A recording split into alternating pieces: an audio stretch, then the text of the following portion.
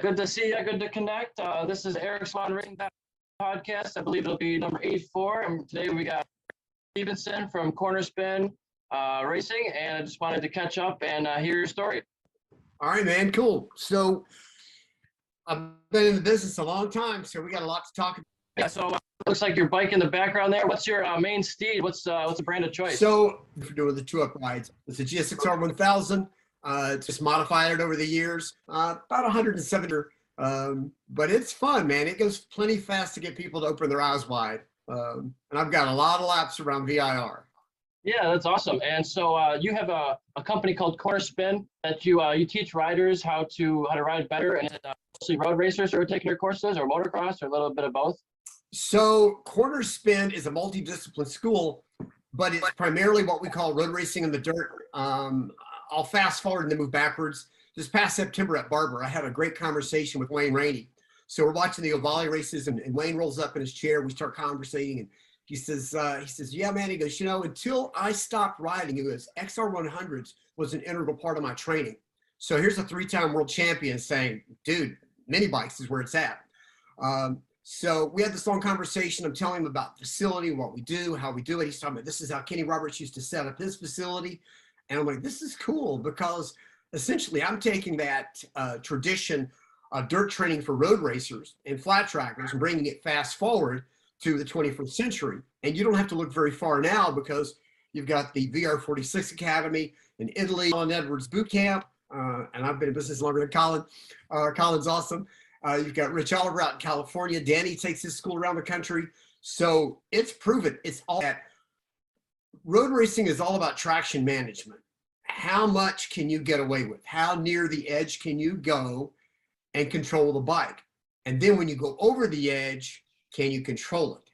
I spend a lot of time with my athletes. I have Moto America athletes. I work a lot with Dale Quarterly. If guys out there don't know the name, he's an OG. This guy has been around a long time. And back in the well, Dale and I have been coaching together 7 years. And so this gets into your question about who takes the school.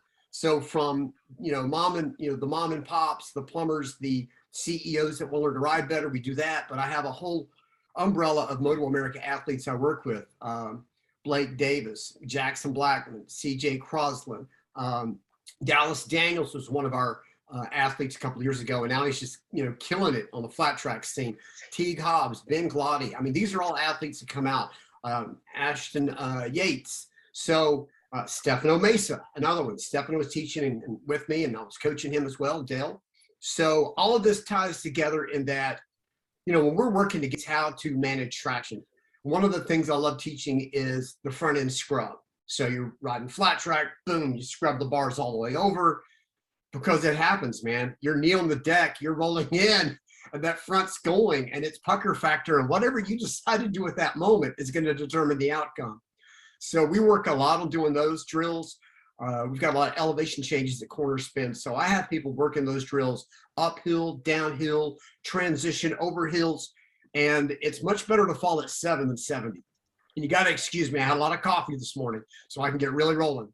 That's great. I was just listening to some of the Casey Stoner podcast. He was on the Gypsy Tales, and he was talking about how you try to really be on the limit of traction, but not over it or under it. You really want to be as close to that limit as possible, because if you're under it, people are going to try to pass inside, and if you're over it, you're going to crash out, or you're not going to be as consistent as you need to be. You're going to be over driving things and actually going slower. That's perfect. That's a great way to say it. You have 100% available traction. How are you going to use the 100%? Exactly right. If you're under, somebody else is getting closer to the limit. They're passing you. If you're over, you're always trying to save and bring it back, save and bring it back. But then we look at Marquez, and it's like, that's the guy that does both. He rides at 101, 102%, but he makes it work for himself. And I really think it's all the hours he puts into the dirt of really becoming a student of traction. And that's what we have to look at. If you're a racer, you've got to be a student of traction. If you don't understand how your tires and your chassis and your body works, how we're part of the program. A lot of people go, what's the suspension components? Well, you got a shock, you got a fork. It's like, no, you got knees, hips, spines, elbows, all of that's part of the suspension. So you've got to work it as a package.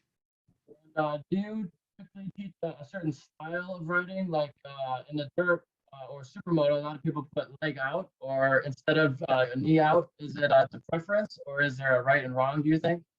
So when I teach at Cornerspin, I make people ride feet up first. You've got to do everything feet up, backing it in, sliding it sideways one-handed with your hand on the gas cap. All of that's done feet on the pegs, because it's understanding where you are in time and space. You've got to understand balance and the relationship to the chassis, the wheels, the counter steer, the inside bar, all of those pieces. You've got to develop a feel for it. I tell people that Cornerspin, I refer to my school as the physics of feel. It's physics, it's lay terms, right? It's like, you know, you got Goodwill Hunting with all the Greek equations and everything, which has too much for me to handle, right? My job is to take that information and break it down into, this is what's happening with the machine. Do you feel it? Good. Now let's do it 1,000 times. So you have muscle memory, you have a way of utilizing that feel, and then you can make it very applicable to what you're doing. Just like when that front end goes, we practice it over and over and over. When you're on the track and there's that moment where the front goes, it's do or die, as expression goes. You're either gonna do the correct things to ride out of it, or you're going down. Right. So you've got to make it muscle memory.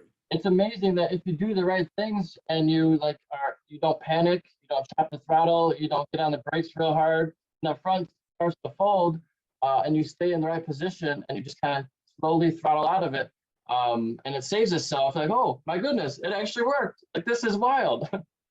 It's really cool because I'll tell you a quick story. I had a great conversation with Mike Davis the other night. Mike calls me. This is Blake Davis's dad. And so I work a lot with Blake on that front end feel and scrubbing the front, losing the front, etc. So he goes out west to train with Kyle Lyman. And Kyle's working with Blake, and he's really impressed with how well Blake is riding. So I'm talking to Mike, and he says, you know, Kyle comes in and we're talking. I'm watching Blake out there. He says, I'm right behind him. He says, I see him lose the front. He goes, he doesn't flinch. He doesn't, you know, freak out. He just rides through it, and boom, he's gone off the corner. He goes, that's really cool. And then Mike says to Kyle, he goes, that's all the training that he's doing with Aaron over at Cornerspin. And Kyle kind of goes, yeah, I've heard, you know. So that's really cool that the word's out there. And but that's what it's all about. If you understand the front, it builds confidence. It builds feel. You go fast. If you don't feel the front, if you don't understand the front, you'll never be fast. I think it's all about making those big moments when you're learning into small moments. You can do that, get away with them, and not have it be a big deal, is when you can start to go faster. That's a great way to say it. You know, been there, done that. I did it at 7 miles an hour over and over and over and over. Boom, it happens at 70. You're like, I got this. I know this feeling. This is not a big deal. Right, it becomes familiar. And so it sounds like when you're on the XR100s or the smaller CC machines, the reason for being on the smaller bikes is that it's just less risk, right? Yeah, it's the safest environment possible to be able to learn the highest levels of training. People come to me all the time and say, I want to road race. You know, I want to do your corner speed school, the one I teach at VIR. And I tell them, it's like, look, come out and train with me first at Cornerspin. Nah, man, I'm an asphalt guy. I'm not a dirt guy. I'm like, well, wait a minute. You're a traction guy, so you need to understand traction. So we talk about it. And I can tell you this from my own experience. People that have gone to my corner speed school, they will do Cornerspin, and they'll tell me, God, I wish I would have done Cornerspin first. I wish I would have trained in the dirt so I could have gotten more out of the asphalt. And conversely, people that come to me and train at Cornerspin, they get to the track and go, man, I'm so glad that I did Cornerspin first, because in turn 7, this happened. And, you know, turn 17, this was happening, right? So this goes all the way back around to your question of, you know, what style, how to teach. And I teach strictly feet up. The other thing about the foot dangle, like when you start putting your foot out, if this is neutral here and I go to throw my foot out in the dirt, this is the next thing I do. Now I've overloaded the front. I've increased, you know, my load here. There's my slip angle. There goes the bike. Whereas if I teach you to ride from here, really neutral, then you start to understand the chassis. Then it's like wax on, wax off. Then you can start employing the other parts. Yeah, and for my road racing career, I started street riding. I didn't have any experience in the dirt, so there's only a few crashes that I had that could have been avoided. I feel like if I would have practiced in the dirt first before going into road racing, and like stupid things sometimes, like tucking the front because I broke too much in the grass, like on the front tires, like that could have been avoided easy just having some dirt training. Yeah, I mean, the dirt training pays huge dividends, whatever you do, whatever you ride. One of my former instructors, his name is Scott Harwell. Harwell was Essex crew chief. Harwell's got like 15, titles himself. Yeah. You know Scott? Yeah, Really for sure. fast. Yeah, great guy. Still fast, still wicked fast. Yeah. Anyway, when Scott was working with me some years ago, he said the same thing. And we used one of his quotes at one of the IMS shows, right? And the quote we put up on the board, it says, "I wish there would have been a school like this for me when I started road racing. It would have saved a lot of broken bones and a lot of broken bikes." Yeah. And it's true. So that it goes full circle back to learn on a little bike, understand the dynamics. It's the same and the same. And I love this because people will come in and go, "Well, you're riding a dirt bike." I'm like, "No, you're riding the motorcycle." It's the same and the same. Physics is physics, gravity is gravity, traction is traction. It's just, is it a low frictional coefficient? Is it a high frictional coefficient? First time I ice raced was a fun day. It was funny. I walk out on the ice with my helmet on, right? Got my GoPro, my feet go up in the air, I land on my back, and the GoPro goes flying, and I'm just like, oh, this is not going to be a good day, because I'm a Southern boy, right? You don't ride a motorcycle on ice. This has been a few years ago. So I go up and I get on this KTM that has Canadian ice screws, that has the deeper, better traction. I can't get the bike to slide. And this is really messing with my brain because, I think of ice as slippery, but it's just an extremely low frictional coefficient. And we overcome that frictional coefficient by applying the ice screws.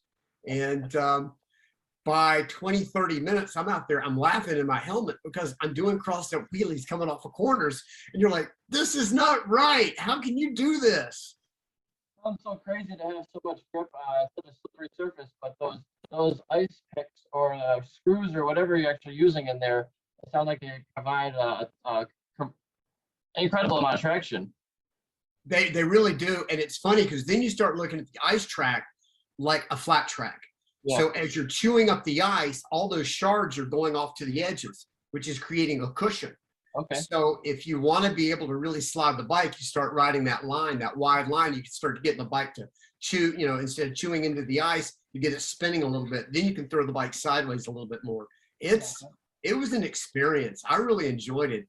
Yeah, a lot of guys do it up near Michigan. I'm in Michigan, so a lot of guys do it up here, and looks like a lot of fun. Even I think Ben Lowe, the flat track guy, he's up here doing that.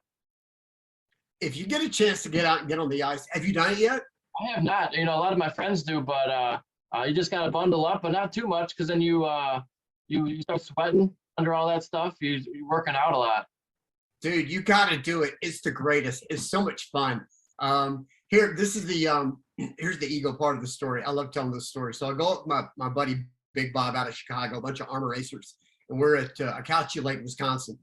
And so I'm out on the ice, I'm riding this KTM, and I'm getting faster and faster and getting a feel for ice racing. This guy walks up to Bob and goes, "Man, buddy's pretty fast." He goes, "How long has he been ice racing?" Bob goes, 20 minutes. So that's the ego part of the story. Then he tells him what I do for a living. I'm a coach, I teach. He goes, "Well, that makes sense." Yeah. But it was a good time, man. I hope I get the opportunity to do it again. So it's a lot of fun. There's a different set of rims and different tires mounted to it. Yeah, here's what's interesting. I'm not an expert at ice racing, but from my friends that race have told me the way they make these ice tires, essentially it's like a motocross knobby, and then you have another carcass that goes inside of that. So when you put your ice screws in, it goes through the knobby, through the carcass, into the next carcass. A good set of ice tires are like $1,500. Which goes, what's just funny is like I show up, right, go out there, and they have tire warmers on the bike. So I'm like, tire warmers? He goes, "No, man." He goes, "Those are ice blankets." So when you roll your bike across the asphalt, you don't dull your ice screws. I'm like, oh, well, that makes sense. Yeah. But the other thing is this, they have like 4 screws per knob. You're on Cornerspin guy talking about ice racing, right? They have 4 screws per knob on the knobby, and they index each one. So you've got side grip, transitional grip, and drive grip. So within that hex cup is a straight edge, you know, for your flat edge screwdriver, and you go in and index every one. It's quite the art form for these guys, and it's really neat to watch ice racing. We just don't get to see it much. Yeah, you better use a tire machine, not use those paddles to get that on, right? We use a Yeah. So yeah, I don't know the whole ins and outs, but like I said, dude, if you ever get the invite, drop what you're doing, grab your gear and go. Take the chemical hand warmers that hunters use. Yeah. Put them in your hands, put them in your gloves. You can ride for a good 20, 25 minutes until your fingertips go numb. Then you stop and start to sweat, right? Because you're working so hard. You know, I have rode in the snow on the racetrack while it was snow, just a track day. But we found that if you wear latex gloves underneath your regular gloves, it's kind of like a barrier, and that helps a lot. Yep. I've actually raced in Savannah one year back around 1990, 91, when it started snowing in Savannah in February, which was weird. You're coming down the front straightaway, and I didn't have any cold weather gear. So a good friend of mine, Kurt Hall, gave me a pair of like men's dress gloves. Yeah. These had the rabbit fur lining and the rough out leather on the outside, and we're duct taping these things to my hands. And it's like the only reason I knew that I was braking is because the bike was slowing down. My hands were so cold. Anymore, they just go numb. And now you're in the southeast, right? You're in like South Carolina. North Carolina. North Carolina. So, yeah, I'm based out of a little town called Salisbury, which is just between Charlotte and Greensboro. And if people go on Instagram and they look up Cornerspin, one word, you can see pictures of the facilities, the athletes I work with, the stuff that we do, the everyday riders we work with. But yeah, we're right in central North Carolina. This has been a really cold, wet winter. Normally, I'm able to get off at least 1 or 2 schools in January, but this January has just been brutal. We've had 3 weekends in a row of snow. I have a 10-year-old son. He loves it. He hasn't sledded in 2 years, so we spent a lot of time sledding for the last couple of weeks. That's nice. And about how big is the facility that you train at? So the facility is 25 acres. Okay.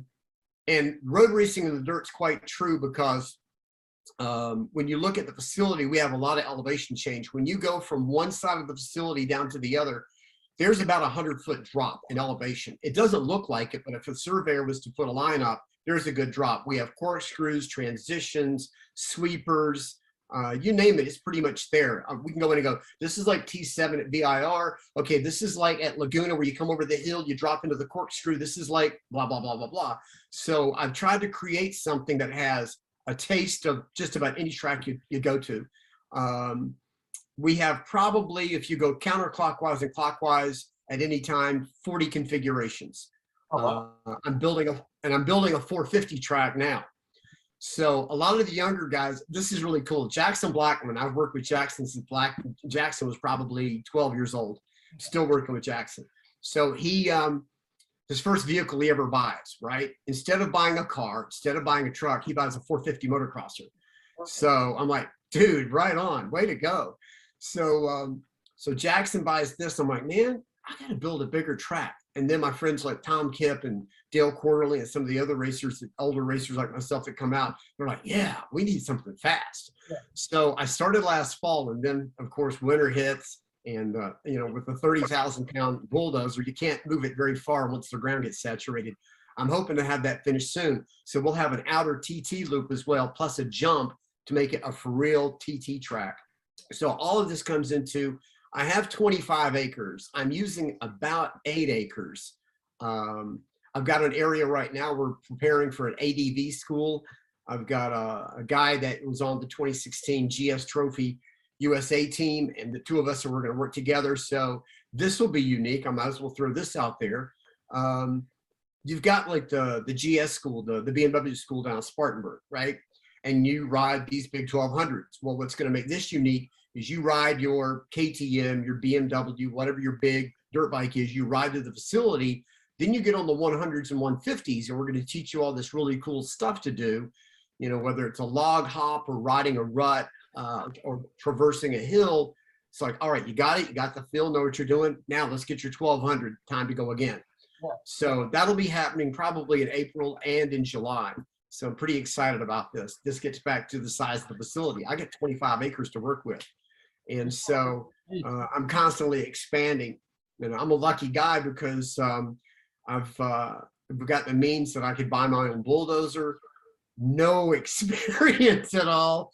I've had it stuck more than once. I've had to put logs and rocks underneath the treads and lift it up. But I've learned how to be a pretty good dozer operator. Words to people out there, don't, huh? You gotta be self-sufficient, just independent, right? When you're out there just making your own course. That's it, man. And here's something you never want to do. Do not drift your dozer. That's a bad idea. Drifting a tractor, I can do that on the short track, but don't drift a dozer. That's a bad idea. I can imagine you don't want to flip it, right? It's pretty top heavy. Extremely, but I have started sliding down a hill before, and it's scary. I mean, when you've got a beast that weighs like 30,000 pounds and it starts to slide, that's a sphincter moment. It's like, I don't know how I can get out of this one. I can tuck the front, but I don't know what to do with this dozer when it starts sliding. Yeah, it's hard to control the slide on a 30,000 pound machine. Yeah, absolutely, absolutely. And so, but yeah, we've got. Go ahead. You have a fleet of machines for rental, or people in there. Yeah, so we've got 18 bikes, and they're included with the tuition. So when you sign up for school, either the level 1 school or the level 2, which also has flat track, that bike is included. So I tell everybody, we got rental gear. During COVID, we asked that you bring your own helmet, but we're finally getting out of that.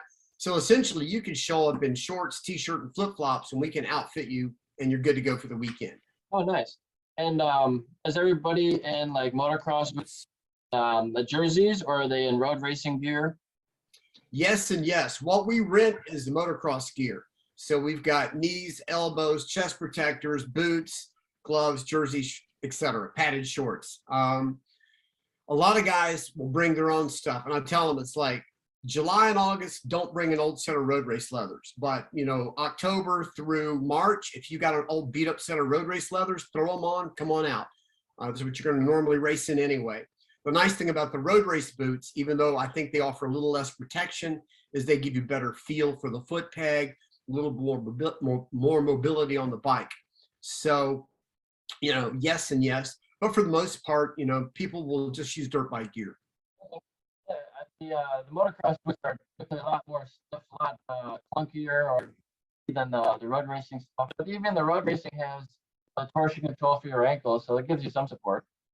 Yeah, you know, with the motocross boots, the problem is shifting. And what we try to do is develop and gear the bikes and develop the school for second and third gear. That's it. So there's very little shifting.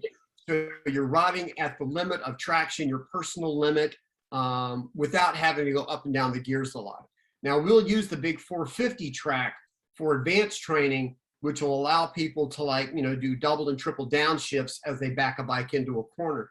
So that'll be, you know, an added element. But for the most part, what we try to do, especially getting back to the clunky boots, is devise something where we keep the speeds down, but you can ride to the max without having to go the extra step of shifting a lot, again, with the clunky gear, the boots. And, yeah, we mentioned Texas Tornado Boot Camp. You know, I think yours is pretty similar, just a different personnel, maybe different facilities. I know that they have like camping section or like lodging. Do you do any sort of like overnight stays, or is like a daily thing? It's always 2 days, unless we're doing a special one-off. But it's a 2-day weekend, Saturday, Sundays. I do private events during the week. I've even had NASCAR teams hire me, so they can think outside the box, do team building, etc. And they'll come during the week, maybe for a 1-day thing. But typically it's 2 days. We've got enough room for people to pull a 40-foot RV in and, you know, hook up and do the thing. We don't have hookups. I shouldn't say that way. They bring their own generators, but yeah, we allow camping. I also do, let me switch gears a little bit. countersteerlife.org. Okay, countersteerlife.org. I'm the founder and the chair, and we operate it out of Cornerspin. My dad was a Korea vet that was medically discharged with what we now know as PTSD. So, and this gets to the camping. I'm tying the story together. Yeah. So I started doing this about 6 years ago to where I wanted to offer and give back to our veterans.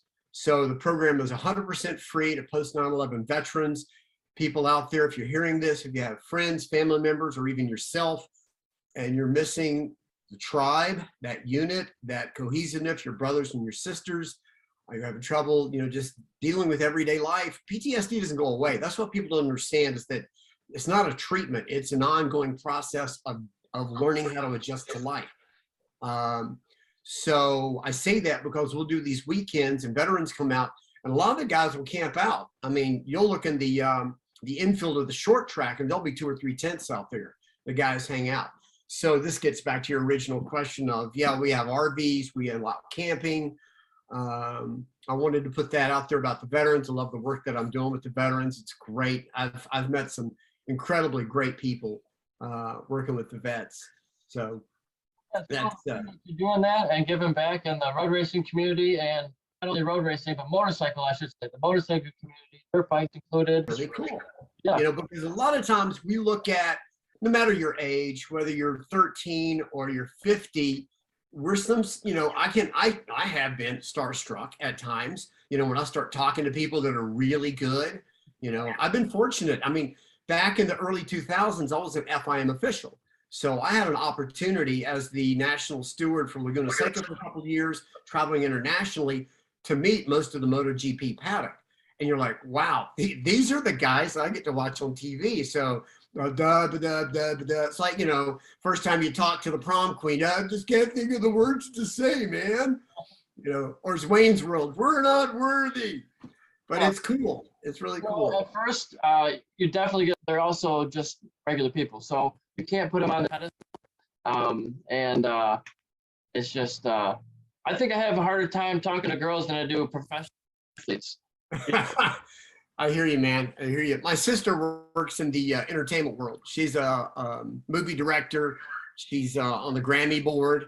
And so she throws all these big names out. I'm like, wow, I mean, she's worked with people like Steven Tyler and Paul McCartney. Yeah. Right. So that, again, there's that starstruck thing. And she goes, Aaron, these are just people, these are my friends that make money playing music. That's just what they do. Right. But then in the celebrity world, we see them in a different light till we get to know them. Yeah. Then once we get to know them, it's like, oh yeah, you twist the throttle like I do. Yeah. Only better.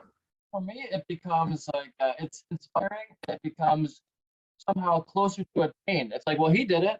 I could do that too. And that's why it's okay motivation to pursue racing and pursue podcasting.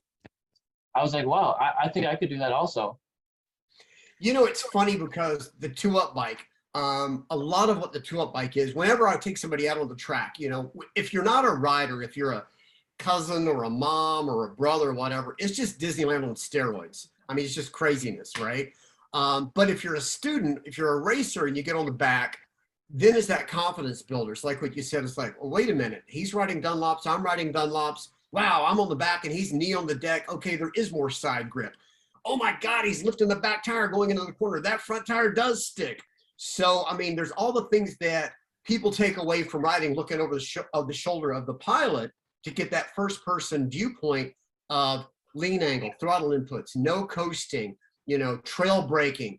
I took this one racer out. He was a novice racer, and we're going into T3 at VIR, and I'm knee on the deck, and I'm trail braking in really deep. I've got earplugs in, the motor's loud, and I can hear the guy screaming obscenities because he thinks we're crashing. I do the same thing next lap, and then he comes off after 3 laps. He goes, "You meant to do that, didn't you?" I'm like, "Yeah." It was on purpose. And so I saw him. Pardon me.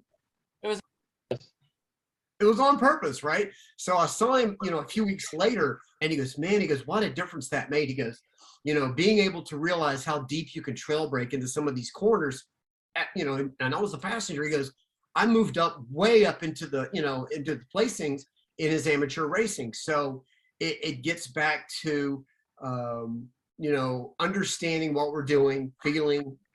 it's all those things. If I've diverted from the original question, that happens. Oh, it's all good. We're just talking back and forth, and something that helped me gain speed tremendously faster than most people is just going racing. If you put yourself in those positions where you're in a grid that's novice and those experts come flying by you 20 miles faster than you thought was possible, it really opens your eye, and it's like, oh wow, maybe I'll try a little faster next time because I'm a little embarrassed about how fast he just passed me.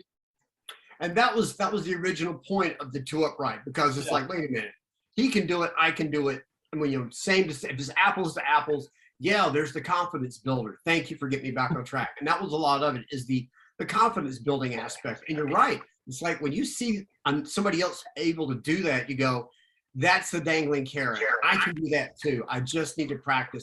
But you need to understand what's happening in that moment, which means increasing your limits little by little.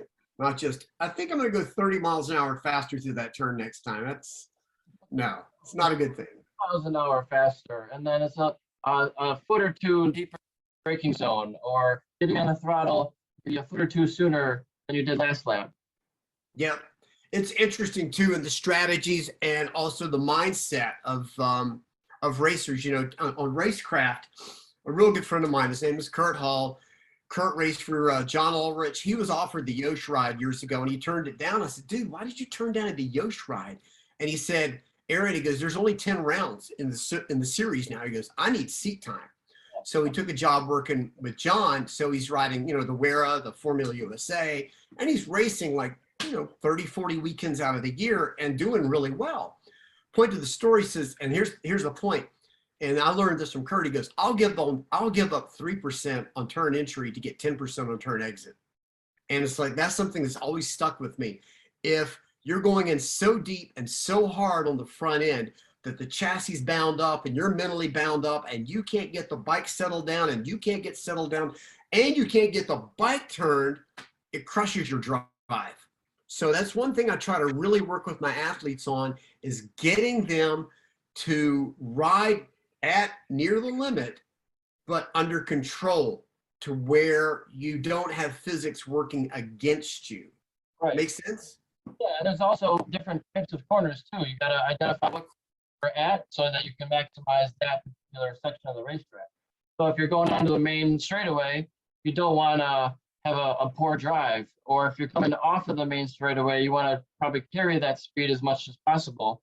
Or if it's an S turn, you got to minimize and just compromise a little bit. Yeah, absolutely. It's a chess match. How are you going to get the overall victory? I'll give up the pawn, but I don't want to give up the queen or the knight. Yeah, absolutely. And it's also about passing. I think you can pass pretty much anywhere. It's people, you can surprise people. You can catch them off guard a little bit by passing in less passed zones. But sometimes that's more dangerous or more risky to do that. Passing is an art form. It really is. And people ask me all the time at the track, it's like, can you teach me how to pass? I'm like, I can definitely give you pointers and I can teach you how to anticipate and read and get there. But ultimately it's timing. I mean, it's like if you're shooting clays, you got to lead the target, right? And you've got to lead that person in front. Because you know that you're going to arrive at a particular point, place, and time based upon relative speed. So, yeah, setting that pass up, there's a bit of an art to it. But once you master it, or once you think you're close to mastering, that's when you can really fly around the track. And it goes back again to riding this thing.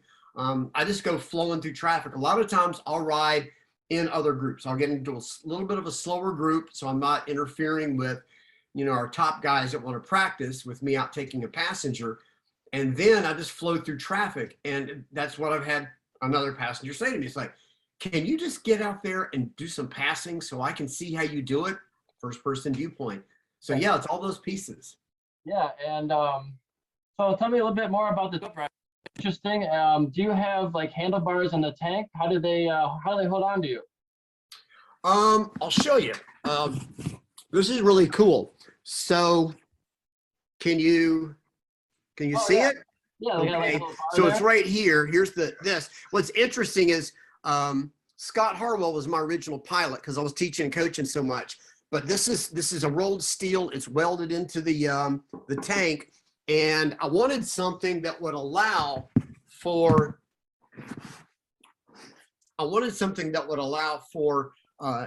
ejection if needed. Yeah. So, instead of having the recessed handles like what was on the Ducati MotoGP 2-up bike like Randy used to ride, I don't want anybody's thumbs to get caught. So we put the grip tape inside and outside. So for braking versus acceleration and wheelies, somebody would have a solid grip. So that was the concept there. What's neat also is at the time, this is before the grab rail started becoming a commercial product. This, like I said, this is an 06. Okay. And This is original. This is custom job. yeah.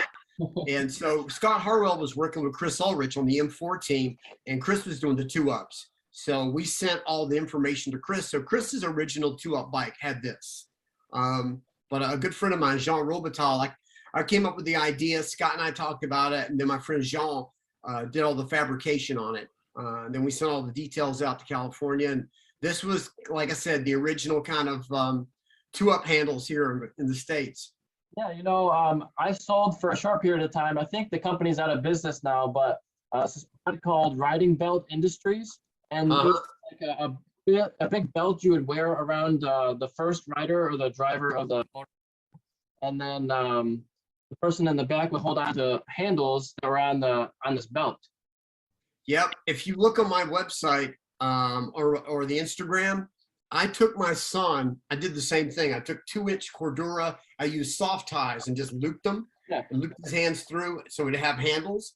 I took him around before his 6th birthday, and so I've taken him each year. Now he's a member of the 150 mile an hour club at 10. So, but yeah, we've used those when needed. I prefer to have complete, I need to be completely free. We tell all the passengers, it's like, give Aaron as much room as possible and the ride will go good. And I've taken anacondas around with me before where they're wrapped like this and I can't move. And it's, for me, that becomes a learning experience because it drives home the point of how much I'm a part of the machine and I've got to be able to move to dictate what the machine will do, right? As the pilot. And if I'm locked into place, it's a crazy feeling. I've had people slide forward off the pillion into my seat where I'm pinned against the gas tank and I can't move, right? And I've got to finish the ride. So, and usually it's smaller women that don't have the upper body strength and they're tiny anyway. Next thing you know, they're sitting in my seat. Yeah. So there's some unique experiences that happen, when you're out there at speed. I'm sure you might even want to wear a cup if they come into your seat. It can hurt your boys a little bit. It can, yeah. So, but it's my favorite job to do now. I mean, now this is funny. We did 2-up rides at Cornerspin. So Dale Quarterly, and this is great. I've got videos of Dale with guys like Stefano Mesa. And Dale's like 230. He's huge. He's a big dude, right? Stefano's up front, and he's like, he'll talk to you. We'll ride around, and he's pushing on the inside bar. He's talking. And, I've started doing a lot of these 2-up rides because you'll see people struggling with the concept of what they're trying to do on the bike. And we're like, okay, wait a minute here. Put your hands on the bars. Let me put my hands on top of yours. And then they can feel the pressure of what I'm doing, how I'm pulling, pushing. And it's a really neat thing. I don't want to do it on this. I don't want to sit in the back and try to do it here. But at Cornerspin, we can do that because there's a pardon me? It's a unique concept to do that, to kind of go behind you and show you the forces that's really being applied. Yeah. And a lot of people don't understand really what to do with their bodies or the bars. Okay, so you can look at 2 pieces. One, I have hands, I have handlebars, therefore I have handlebar skills. And it's like the lady in the magic show, right? The magician takes her and cuts her in half, and here's the upper half, here's the lower half. And a lot of us ride that way, or a lot of riders ride that way. They forget this part because they're working on this part. So my job is to get you to understand how the parts work and then put them back together. So that a lot of that 2-up stuff, a lot of these drills, one-handed, two-handed, inside bar, feet up, all those pieces translates back to how you're going to use that in whatever you ride. I had a guy that was a pro Dakar rider. He finally broke into, I think, the top 10. and Wolfie Racing is his company.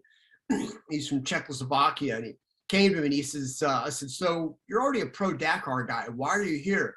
And if I do the accent right, he goes, because when in third world country, you do not want to break ankle dangling foot. So for like 2 days, we practiced hanging it out sideways, feet on the pegs, going right, going left, going up, going down. He says, man, you hit a rock, you hit a stump. He goes, you're done. Your race is over. He says, so you've got to learn how to do all these things, feet on the pegs. And it's neat because that's road racing. If you think about road racing, unless you're a foot dangler under braking, your feet are on the pegs the whole time. You know, your hot shoe is your knee puck. But the beauty is you get one on each knee, not just your left foot. You know, something that I always for now being a road racer and been around motorcycles for so long is when I'm on the street looking at riders, looking at their feet. How long they take their feet before they put them on the pegs? Or how do they angle their feet? Or how are they, usually they have the peg right in the middle of their arch, or well, they don't know what they're doing if they're relaxed, so they're not really trying to in a good way.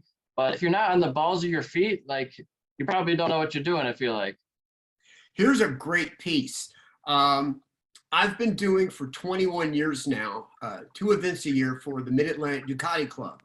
So a few years ago, Jake Zimke, who was doing some, I guess, PR work for Ducati as their celebrity guest instructor, he came as my celebrity guest instructor. So we're in the classroom together, and I'm talking about standing up on the balls of the feet. This is foot position and everything. And Jake's got on flip-flops. He takes his flip-flops off, and he gets on the bike. And this is when he was working with JD and Cam. And he says, so Cam Bobia, he says, what I want you to do, he says, I want you to imagine wrapping your toes around the foot peg, right? I went, that's a pretty cool mental image. Yeah. So I took that, and then a couple of months later, I'm doing my GP Kids Camp.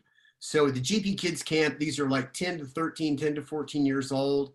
And so I've got all these kids out there. I'm talking about foot placement. So we're at Cornerspin doing the GP Kids Camp, and I'm thinking, how can I make this work for kids? And I'm like, you're all my little eagles.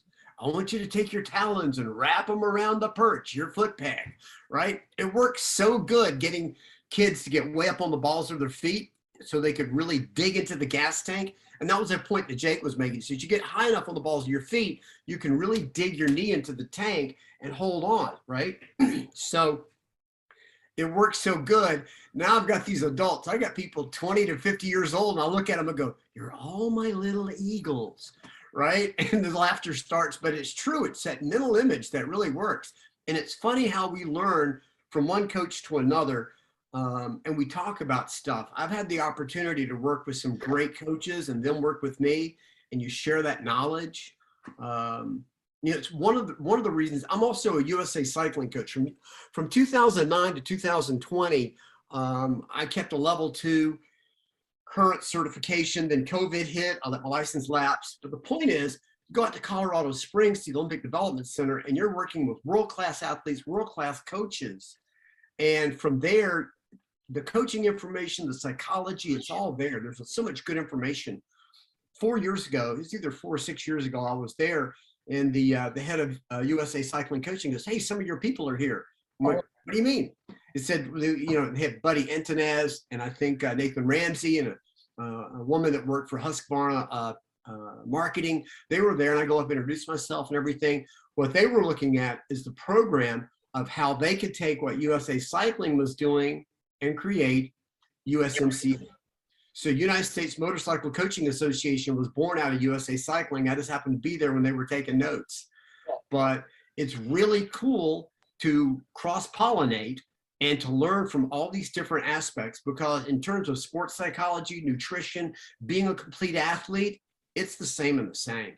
Oh yeah, and the cycling, just a leg and core strength, and just driving and handling, and it's so similar. You don't have the engine behind you, but you have the same mechanics.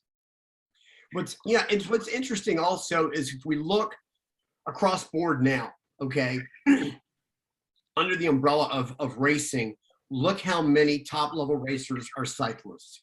For the core, the endurance, the weight control, weight management, whatever it is, it has huge benefits. And, you know, if you're a technical rider, you can do mountain bike racing. God, I'm so sad to hear the news about Jason. I hate to bring that up, but I mean, he was doing what he loved, and Godspeed. Yeah, I mean, he was a great guy. Number 96, Jason Aguilar, just passed away a couple of days ago. Sounded like he had a head injury from mountain bike riding in California. He was put on life support for a few days to preserve his organs, but he was just taken off life support. And it sucks, man. That's one of the worst things with the sport, is the danger side of it, the injuries and everything. But I hope that one day that we're going to help solve or reduce brain injuries even more. You know, concussions are a big thing in this sport, and I'm all the gear all the time. I'm probably, you know, I wear full face now when I mountain bike just because I'm trying to reduce head injuries, and I think it's important. Yeah, it's funny you should say that. I wear a 6D helmet, which has their own MIPS system. And they also make cycling helmets, trail helmets. And, you know, I was talking to the rep the other day, and I said, listen, I said, you know, this was right after Jason's accident. I said, I don't care if a trail helmet doesn't look cool. I'm in. You know, I want to go ahead and put on a MIPS helmet when I'm road cycling. Just put me in a really good lid. Because recently I had an off just about 2 weeks ago. My bike had fallen over and it bent the derailleur hanger. Okay, so I'm going up a climb. I shift up into the largest cog. It skips over into the hub, locks the wheel, snaps off the derailleur, and throws me into a ditch. So luckily, say again? A high side on a bicycle almost. Yeah, and so, you know, fortunately, I have a lot of years of martial arts, and I understand how to tuck and roll. So I ended up, you know, there was nothing in the ditch. There was no culvert. There was no big stones. I was lucky. I just kind of rolled over. I ended up landing on my back, my feet straight up in the air, because I'm thinking, don't damage the bike. Don't damage the bike. But the point of the story is that could have been really ugly. And because that happened, and then, of course, you know, a few days later, we get the news about Jason. I'm like, yeah, I got to move up to, like what you just said, you know, all the gear all the time. Wear the best gear possible. And it's that way on the street, man. We see it. You and I see it all the time. People not properly attired. My son's 10 years old, and we see it, you know. And I've always said this expression, $10 helmet for a $10 head. And he'll point to people going down the road. He goes, Dad, look, $10 helmet, $10 head. And it's kind of true. Yeah, it's wild, you know. They repealed the helmet law here in Michigan, so you don't have to actually wear one but I always wear one. You know, I think there's only one time I rode around the block without a helmet out, and I was like, this is so loud. This is not even fun. Yeah, yeah. It's funny. There are times when I'll jump on a bike at Cornerspin, and I shouldn't. Let me just say this right now, and I shouldn't. But we'll be on the short track, and I'll be lecturing and talking, and my helmet's sitting there. I'm like, look, let me just show you how to do this real quick. And it'll be like the handle on the gas tank backing it in. So I'm sliding the bike sideways and talking to the students without a helmet, but I can hear them and they can hear me. But in retrospect, that's not a good example. I shouldn't be doing that. I should take the extra minutes, put on my helmet, just do my thing. So yeah, lead by example, as the expression goes. I try to always do that. That's why, you know, clean diet, pedal hard, hit the gym, do all of this stuff, because that's you and me, right? You're doing the podcast, you're a racer. It's all about we're responsible. We're responsible for setting the example. Yeah, you know, just try to do your best and not lead a bad life. Just, you know, I might say some stupid stuff now and then, but I'm trying to promote and put it out there and help, you know, just like you help your business. Hopefully you get another customer or two. I myself I would love to take your course. So it's just a matter of time before I get down there. You know, I'm being a track marshal now, so I'm working a lot of the race events as like flagging and communications, talking to race control. So I'm busy a lot of the weekends now, but it's definitely on my list to check out your school. Cool, man. Love to have you come down. It's interesting, you know, that someone that's raced at a pro level says that, because knowledge is knowledge, right? You only know what you know. And being able to, if you get one little nugget, you know, from my school or from Colin or whoever you go out and ride and train with, it's like, Yeah. Or you know it and you go, man, I should be thinking about that more often. Yeah. Uh, Now, it's neat. I have a question for you. Is there school for anybody who's never even rode a motorcycle before? Do you have to have some level of basic knowledge, like how to use a clutch maybe or shift? So we prefer that you know how to ride a bike so we can take your riding to the next level. It's pretty expensive weekend. Plus I have to dedicate an instructor one-on-one if it's clutch, brake, gas. Our veterans all the time, because that's the veteran experience. We'll teach you how to ride. We'll teach you how to ride better. Don't want to ride, want to hang out, want to go take a hike. That's the veteran experience, right? That's the counter steer. But we prefer at Cornerspin that you already know how to ride. Now, I've had regular customers come in that've done my school 2 and 3 times. I go, look, my daughter's 15 or my son's 13, 15, whatever. They've never ridden. Will you teach them how to ride? I said, let me check. Let me, because I've got one instructor that loves working with new riders. I said, let me see if I can get him down. And here's the cool thing to answer your question. Here's what's really, really cool. We've taken 13 to 16-year-old teenagers that have never touched handlebars. Let me reemphasize this. They've never touched handlebars. They work one-on-one with one of my guys for a half day. By the afternoon, they're circulating with the rest of the school. By Sunday, they're backing the bike in. It's like, wow. So we know the system and the curriculum works, right? But what's so neat is to see someone that if they hadn't done a school at all, if they didn't have any knowledge of what we were doing, they would flounder for a really long time. Or what's the old expression? I've been riding 20 years, but I've been practicing the same things over and over again for 19 years. You know, we only know what we know. Always going back to the fundamentals. Yeah, it does. And that's so true. Everybody wants to like jump way ahead. It's like, I want to do stand-up wheelies. I want to back the bike in. I'm on like, wait a minute. Let's start with inside bar pressure. Tell me what that inside bar is doing. So here's the sidebar. This is really cool.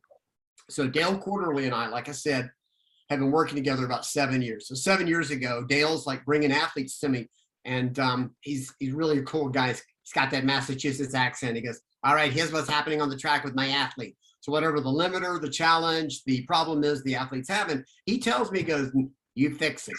So my job is to come up with a drill, come up with a way to get in their head and work with them. And so we've been doing this, like I said, 7 years. And he'll bring me an athlete and tell me what's going on, and then I work. And then by the end of the day, a lot of times we have the problem corrected. Next thing you know, the athlete's on podium or even, you know, higher up. So he was after me the longest time. This has to do with what to do with the bike. He says, I want you to build this little tiny track. And it's like, what do you mean? He goes, it's going to be about 15, 20 feet long. I'm like, what? So we've got this short track. I'm not kidding. It's maybe 20 feet long. Okay. And we call it the Quarterly Mini Mile. And he said up in Massachusetts, he had put something together like this at his house. And he goes, I would just train hours and hours and hours of doing stuff, learning how the front works, learning how the inside bar works. And so now I take new riders down there to help them really understand body position, start to understand the inside bar, and also how to read a track. We had Jamie Astudillo, Teague Hobbs, Dallas Daniels, I think another rider. I'm trying to think who else. We went down there and we spent honestly 2 hours. And Dale would have them come out of the corner and he goes, all right, put the bike away. We put the bike away. He goes, all right. And he'd walk like 3 feet. Tell me what the bike's doing here. Walk like 3 more feet. Tell me what the bike's doing here. So it's mental and physical. And I'm giving away parts of the school, but unless you do it, you know, you won't understand, right? You got to come out and do it. So we worked with our pro athletes, our Moto America athletes. And you'll find that when the guys come into work, etc., we look around, it's like, where'd they go? And you'll find somebody like Stefano Mesa or Jackson Blackman down there just ripping tiny laps over and over and over and over. And we're talking like, these are 3-second laps. Yeah. But it's all about feel and understanding what you and the bike are doing together. It's so cool. And every time Dale comes out now, he goes, yeah, it took me 5 years to get him to build this track. Now he sees how useful it is, you know. Oh man, it's good stuff. Learn so much from going so slow. Yeah, yeah. Well, you know, Kenny Roberts Sr. said it well. You've got to learn, you got to go slow to learn how to go fast. Because when you go slow, you can see, feel, and know and recognize your mistakes. If all you're doing is riding at the limit and surviving, you're never going to learn. You got to slow it down to figure it all out. Yeah, I graduated from the Jason DeSalvo Speed Academy in 2012. Their racing school that they had for road racing. Yep. And then one of the drills he did was going 8% of your racetrack. And I was like, this is ridiculous. Why are we doing this? This makes no sense to me. I'm trying to go faster here. And so we were in a group of 3. I think it was Jason DeSalvo, and Eric Swahn, myself, right behind him, all 3. I'm last in this pack, and I'm like trying to almost looking around like, can we go faster? Like, what are we doing here? And then I realized that you have to do the lap perfectly, or you have to do your lines perfectly at 50% before you get 60%.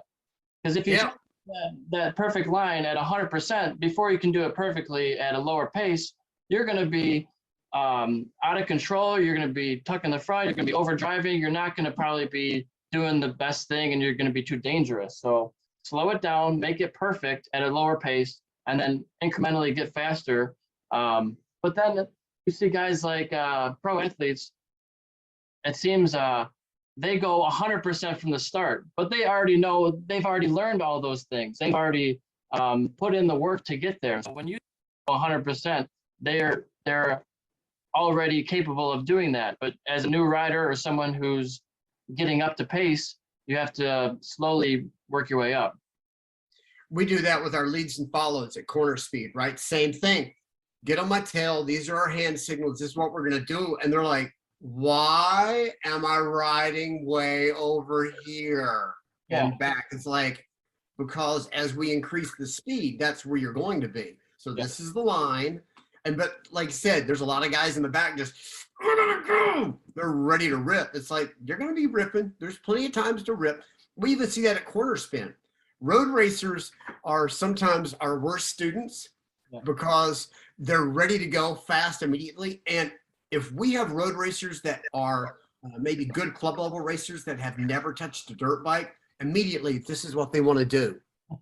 And then they overload the front's, you know, they're hitting the ground and we're like, hey, how's your way working? Right? Because they're not staying neutral on the bike. They're not understanding where to be, and they're just riding too hard. So yeah, slowing people down, go, look, man, just relax, take a deep breath, get the basics down. Let's get these fundamentals done. At that point, let's go rip. And this is funny. Here's a sidebar. It's like, you know, people ask me, it's like, so do you still race? Here's the answer. And you know the answer. Yeah. Every time I throw a leg over a bike, I'm racing. Yeah. It's good stuff. It's just it's a way of life. Yeah, man. Absolutely. I love training with my athletes. I love getting out there with them. There's so much to be learned. And the cool thing as a coach, my job is to also to continually learn. The Japanese samurai, there's a paraphrased expression, always the student. Right. You know, when I tell the story at Cornerspin, you know, at the end of the school, I said, look, you've started your journey learning this new stuff. Keep learning. You know, it's like the samurai, 75 years old. Oh, 5 more years. Perfect technique with sword. You know, and he's 85. 5 more years, 5 more years, perfect technique. You know, at 95, if I could only lift the sword, I would have perfect technique. So it's a lifelong pursuit. And so we constantly want to learn, grow, etc. And as a coach, you know, I'm learning as I'm coaching and showing really cool stuff like the front scrubs and how to do certain things with the bike. I'm plugging into guys like Stefano that's at the top of his game, and I'm gleaning stuff from him because he's out there actively in the trenches doing it. So I'm able to take that. So why are you doing this? So what's happening there, et cetera, et cetera. So I'm able to glean information from current athletes, which in turn makes me a better coach. Yeah, and, you know, there's always an evolution of the sport. Things that were commonplace or common knowledge back in the 70s, or body position and technology, how the electronics different today will be different tomorrow. Here's something that's kind of fun and interesting. Back in the 80s and 90s, right? 2-stroke 500s, light switch power, 175 horsepower. You had to ride really neutral because, I mean, just a little bit of a turn and you get flicked right off. You know, and talking to guys like Kevin Schwantz and Wayne Rainey, Randy Mamola, and you talk to these guys, have conversations with them, and they start telling you, oh yeah, these things were not easy to ride at all. So they rode very human neutral. So about 7 or 8 years ago, and this gets into old school, new school, right? So about 7 or 8 years ago, I'm coaching this young American by the name of Aaron Lee, who was Brandon Cretu's mechanic. And Aaron also raced, and he says, I want to go race the Manx TT in August on Isle of Man. So he's going over, he's learning the tracks, etc. And so at the time, you know, pre-FaceTime, we're doing Skype. And so while he's there, I'm coaching via Skype. And I said, so with all the work that we've been doing at VIR with Cornerspeed and at my facility here in North Carolina at Cornerspin, what has helped you the most? And before I could finish the question, he says, Cornerspin. I'm like, what? Cornerspin. He goes, yeah, man. He goes, you watch Hutchinson and McGinnis and Eason and Rudder and all these guys. He goes, they are so neutral on the bike. He goes, they let the bike do the work for them. They stay so neutral on the bike. They're not really hanging off.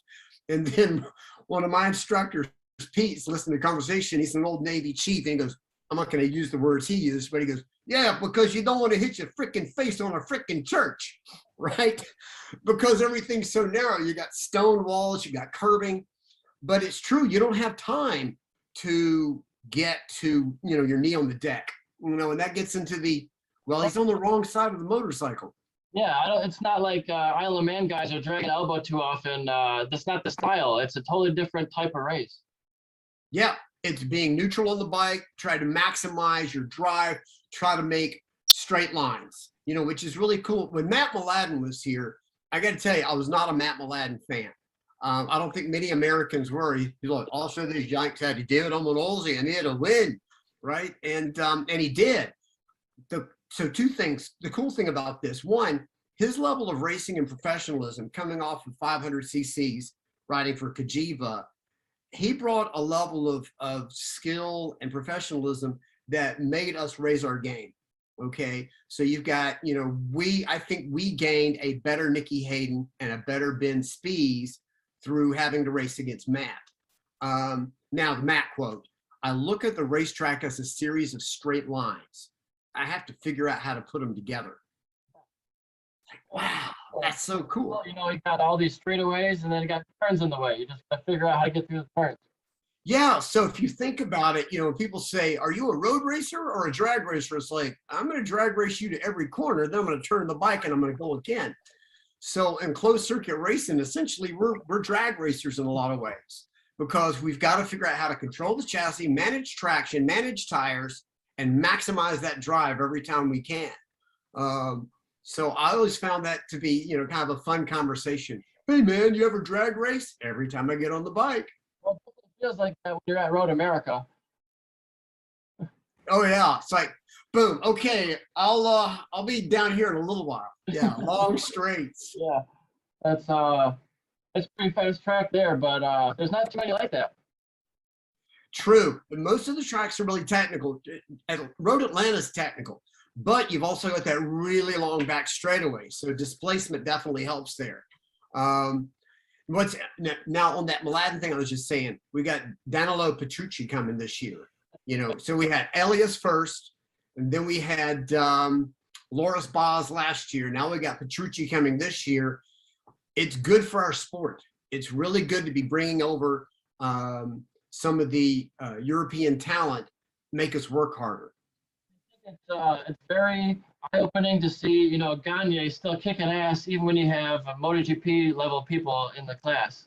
Yeah, yeah, and that was really cool, man. It was a good season.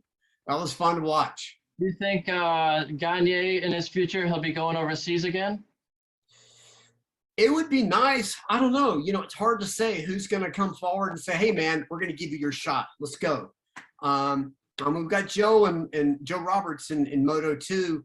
I keep waiting for when, you know, we're going to get somebody in, you know, MotoGP again. Well, I mean, Joe had the chance. He turned, right? He got that Aprilia offer, but he said no. I mean, that's a hard decision. What do you think about maybe going to MotoGP on? At the time, it seemed like a lesser team, but I mean, it's still the top class in the world. Yeah, do you want to go to the big show now and this might be your only chance? That's a really hard decision. You're right. It really is. Man, I tell you what, just to be on the grid, that's something. But it says something about him too. He wants to win. Yeah, and I think our super sport class is very competitive. So much so that people are getting plucked right out of Moto America Super Sport and going overseas to Moto 2. Yeah, and the super sport class this year is going to be really interesting with all the changes. Yep. I mean, You got Harry coming down from Superbike going into Super Stock or Super Sport now, Super Sport 600. Yep. So I'm going to ask you a question. What do you think about the twins class? The twins class, I think it's a nice kind of intermediate between the Junior Cup and the Super Sport class because there's still 600s of sorts, but they're a little smaller as far as horsepower. So you still have a bigger bike, and it's kind of in between the two. I think it's a nice class. I would rather have a stock 600 class and a super sport 600 class rather than the twins. But I think it's good to have a different type of bike. Like the SVs are maybe cheaper to be on. You probably go through tires less than the 600 super sports. What I like about the class is the competitiveness. It's tooth and nail out there. It's, you get a lot of people racing. It's good, hard, close racing. I think for racecraft, it's a great class. But I think there's some truth in the fact that we need to get, the guys on bigger horsepower bikes. It's basically hone your craft, let's move you up. Hone your craft, let's move you up. Junior Cup. And in the Junior Cup, for me, I think there should be, I get the knowledge, I get the idea of like, okay, we're gonna get some older racers in there to bring their experience, but it's like, well, those older racers should have moved on by now. That class, I would love to see it drop to 13 years old and have it to be 13, 18. By the time you're 18, you're out.